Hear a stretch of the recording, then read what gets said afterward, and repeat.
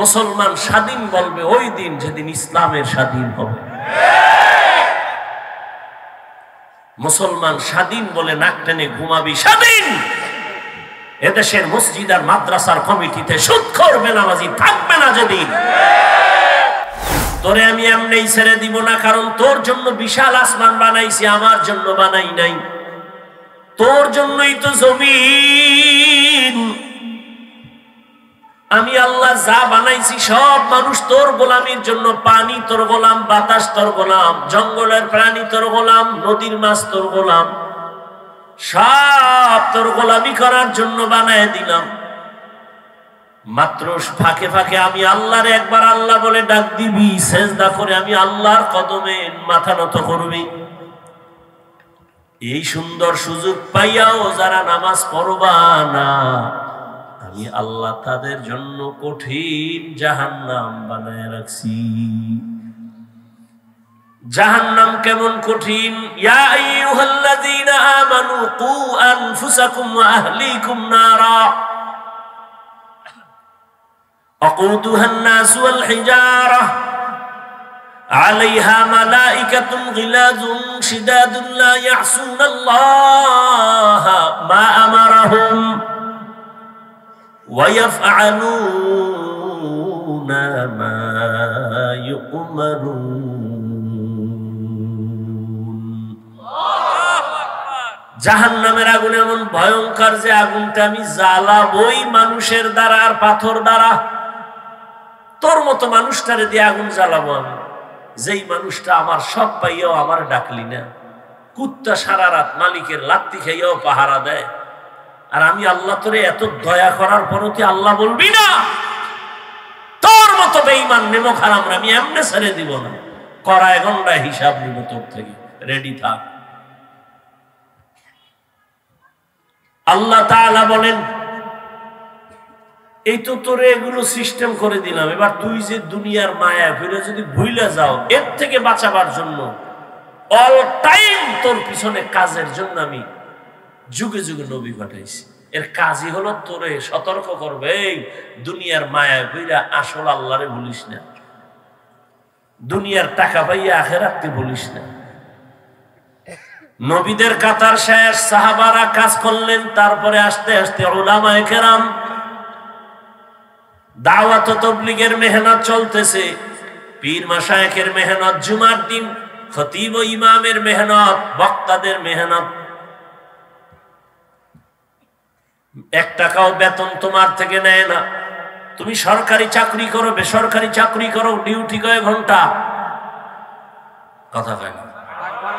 8 ঘন্টা ডিউটি কইরা নিম্নে বেতন কত নাও?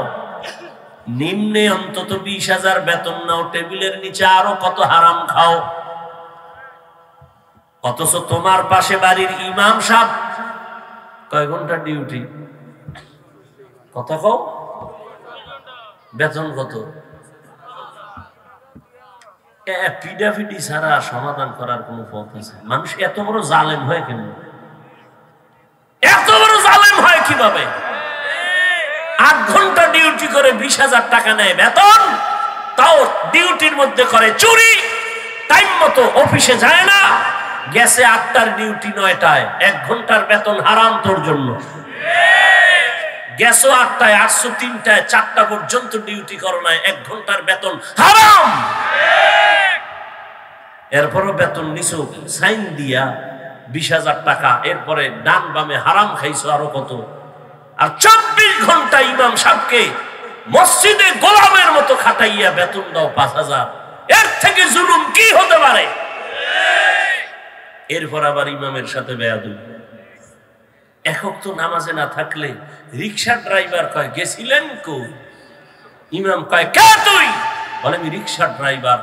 কেন তোর এত পাওয়ার? বলে মাসে 5 টাকা বেতন দেই। এরকম জানোয়ার আছে না নাই? সভাপতি দেয় কত? কয় মাসে 100। সেক্রেটারি 50। মাসেরটা মাসে দেয়, কয় না 6 মাস বাকি। সভাপতি কে? সভাপতি এলাকার চিহ্নিত সুদখোর। কে সেক্রেটারি? চিহ্নিত গাঞ্জাখোর। আর তুমি নাক টেনে ঘুমাও। দেশ স্বাধীন, কিসের স্বাধীন? স্বাধীন যদি হয় চট্টগ্রামে আইনজীবীর গলায় ছুরি চালায় কে? মুসলমান স্বাধীন বলবে ওই দিন যেদিন ইসলামের স্বাধীন হবে। মুসলমান স্বাধীন বলে নাক টেনে ঘুমাবি স্বাধীন। এদেশের মসজিদ আর মাদ্রাসার কমিটিতে সুদখোর বেনামাজি থাকবে না যেদিন। আল্লাহ হেদায়েত দান করুন। আমিন।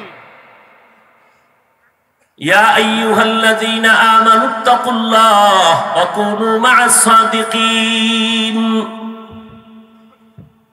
আল্লাহর ভয় তাকওয়া অন্তরে জমা করো, আর আল্লাহর প্রিয় বান্দা যারা সাদিকিন সত্যবাদী তাদের বন্ধু হয়ে থাকো।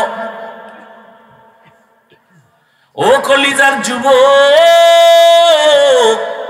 পর্দার আড়ালের মা বোনেরা, বৃদ্ধ বাবাজিরা,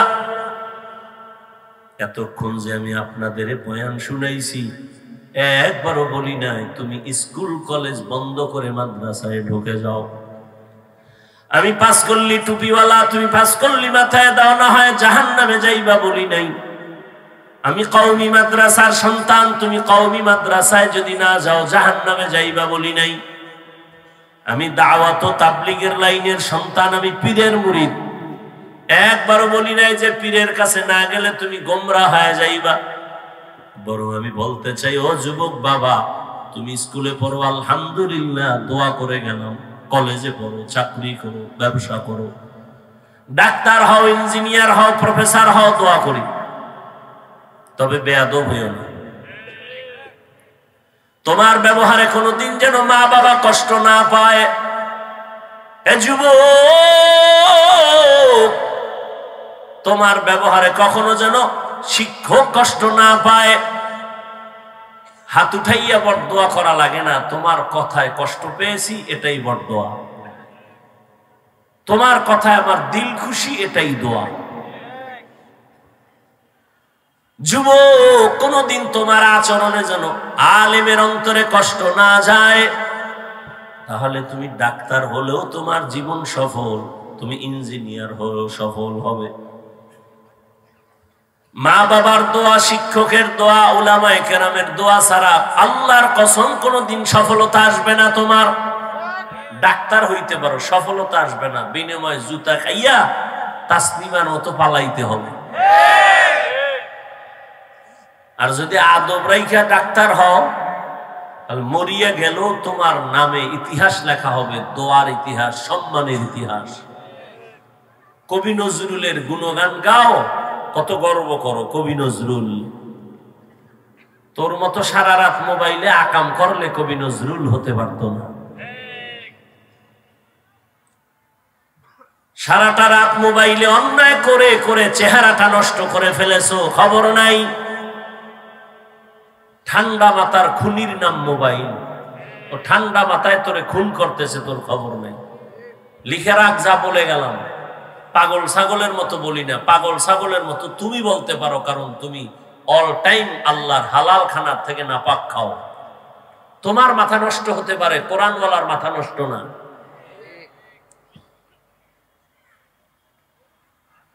তোমার এই মোবাইলের কারণে আজকে কিডনি ড্যামেজ, হসপিটালে যাও, পরীক্ষা করো। তোমার এই মোবাইল তোমার হার্ট কেড়ে নিয়েছে, ব্রেন কেড়ে নিয়েছে, চরিত্র ধ্বংস করেছে, লেখাপড়া ধ্বংস করেছে। এই একটা মোবাইলের কারণে মা বাবার সাথে কত বেয়াদবি করেছো, শিক্ষকের সাথে বেয়াদবি করেছো। এই এক মোবাইলকে কেন্দ্র করে মা বাবার কত টাকা চুরি করেছো। অথচ একটা সন্তান যদি চিন্তা করতো, আব্বা যদি মারা যায় তাহলে সংসারের জিম্মা তো আমি ছেলের উপরে আসবে। এই সম্পদ তো বাবার না, আমার। বাবায় মরে গেলে তো সব আমার। তাহলে আমি কিভাবে বাবার সম্পদ নষ্ট করি? মূলত আমারটাই আমি নষ্ট করতেছি। প্রত্যেকটা ঘরের মা যদি চিন্তা করতেন, স্বামী যদি মরে যায় সম্পদ আমার আন্ডারে চলে আসবে। আর দুনিয়াতে কোনো পুরুষ গাধার মতো কষ্ট করে রুজি রোজগার করে, নিজের জন্য কিচ্ছু করে না, সন্তানের আর পরিবারের জন্য করে কি? নিজে না খায় থাকে, টেনশনও নাই। ছেলে না খায় থাকলে মাথা ঠিক নেই, বউ না খায় রয়েছে মাথা ঠিক নেই। প্রত্যেকটা বাবা নিজের জন্য কষ্ট করে না, সন্তান যেন হাসির মুখে থাকে, স্ত্রী যেন শান্তিতে থাকে। গাধার মতো রাত নাই, দিন নাই, খানা নাই, ঘুম নাই, কষ্ট করে। একটা মহিলা যদি চিন্তা করতো যে আমার স্বামীর কামাই এত কষ্টের, মরে গেলে তো এগুলো আমারই থাকবে, তাহলে ওই মহিলা কোনোদিন স্বামীর মাল খেয়ানত করতো না, গুনাহের পথে স্বামীর টাকা খরচ করতো না। তুমি স্বামীর টাকা অন্যায় পথে ব্যয় করো, মূলত তোমার সম্পদ তুমি নিজে ক্ষতি করবা। আর যেই সংসারের টাকা পয়সা নিজেদের লোকেরা খেয়ানত করবে, ওই সংসারে কোটি টাকা কামাই হলেও বরকত থাকবে না। না ছেলে বুঝে, না মেয়ে বুঝে, না স্ত্রী বুঝে। ছেলে মেয়ে স্ত্রী সবগুলোর গাধার মতো কাজ করে একজন ব্যক্তি স্বামী। কি এর ঋণ কি আদায় করবে? হ্যাঁ, ভালো মন্দ তো কম বেশি সবার মধ্যেই থাকে। কত স্বামী বেচারা টাকা পয়সা কামাই করে ঠিক, তবে গুনার পথে নিজেই ব্যয় করে। স্ত্রীর মুখে হাসি ফোটানোর চিন্তাও তার থাকে না। আর ওই যে মোবাইল গজব, পরকিয়া পরকিয়া পরকিয়া করতে করতে স্ত্রীকেও হারায় ফেলতেছে, সন্তানেরও হক আদায় করে না। কোন বাবায় যদি চিন্তা করত আমি যদি ভিন্ন দিকে নজর দেই আমার সন্তান কেমনে মুখ দেখাবে,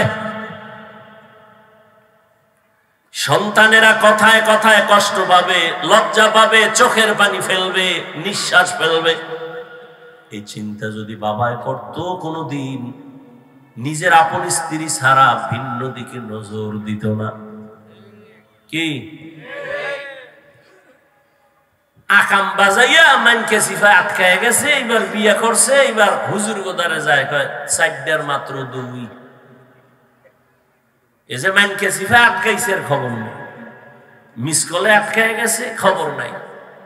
ফতুয়া খুঁজে যে 4টা করা তো জায়েজ, 4টা করা জায়েজ, সুন্নত না। তুমি শপথ করো জীবনে বিয়ে একটা, শপথ করো তুমি 4টা করো। এক মাইয়া বাবায় অনুষ্ঠান করে বিয়ে দিছে, ওই স্বামী মহিলাকে আবার ছেড়ে দিছে, তুমি ওই মাইয়া নাও। কয় আর এক জায়গায় বিয়ে হয়েছিল, সর্বনাশ, এনি বল নিবে না। হালাল ভাবে বিয়ে হয়েছে এক জায়গায়, ওখান থেকে স্বামী ছেড়ে দিয়েছে, এই মহিলাটাকে বিয়ে করবে, একটা কলঙ্ক লাগাই দিছে। আর এক বিয়ে হয়েছে, নেওয়া যাবে না। সব জায়গায় ভেজাল। বাংলাদেশে ওই পরিবেশন যে তুমি 4টা লয়ে ঘুরবা, একটার হক আদায় করতে পারো না, মাইয়া পোলার হক আদায় করতে পারো না, তুমি 4টার স্বপ্ন দেখো কিভাবে? তোমার এত টাকা, কি হবে তোমার টাকা দিয়ে যদি আল্লাহর ভয় না থাকে, ইনসাফ না থাকে? একজনে 4 বিয়ে করছে, জিগায় ভাই তুমি 4টার হক আদায় করো। করি কেমনে? ছোট বউয়ের সাথে রাত্রে থাকি আর বাকি 3টার সাথে মোবাইলে যোগাযোগ রাখি, হক আদায় করো। বাংলাদেশ ওই পরিবেশ নয়। সন্তানের অভিশাপ লাগতেছে বাবার উপরে, নিঃশ্বাস ফেলতেছে সন্তানগুলো। কোন দিকে যাব? মহিলাও ঝামেলা আছে না বিভিন্ন সংসারে, মহিলাদের মধ্যেও ঝামেলা। আর এই সব মূলে এই জাহান্নামের ফ্যাক্টরি মোবাইল, ইদানিং কালে এটা ঢুকছে। আর বেপর্দা, যতদিন পর্দা রক্ষা হবে না ততদিন জিনার রাস্তা বন্ধ করা যাবে না। এটা হলো এক শব্দ হলো দর্শন, আর এক শব্দ হলো ধর্ষণ। ধর্ষণকে বন্ধ করতে হলে দর্শনকে বন্ধ করতে হবে। দর্শন বন্ধ হবে তো ধর্ষণ বন্ধ হবে। দর্শন বন্ধ করো, চোখের চাহনিকে কন্ট্রোল করো, জিনার থেকে সমাজ উপকৃত হবে, বেঁচে যাবে। এই কথা শুনবে কে? এগুলো মুখে আনতেও লজ্জা লাগে। আল্লাহ হেদায়েত দান করুন। সর্বোপরি সব বয়ানের মূল কথা হলো তোমার জীবনকে ফুলের মতো গড়ার জন্য একটাই সমাধান, এ জমিনে যারা আল্লাহর প্রিয় গোলাম, আল্লাহওয়ালা, তাদের বন্ধু হও, এছাড়া কোনো সুযোগ নেই। মুরব্বি মানতে যাইয়াও ঠিক থাকা যায় না। তুমি মুরব্বি যদি নাই মানো, তোমার উপায় কি?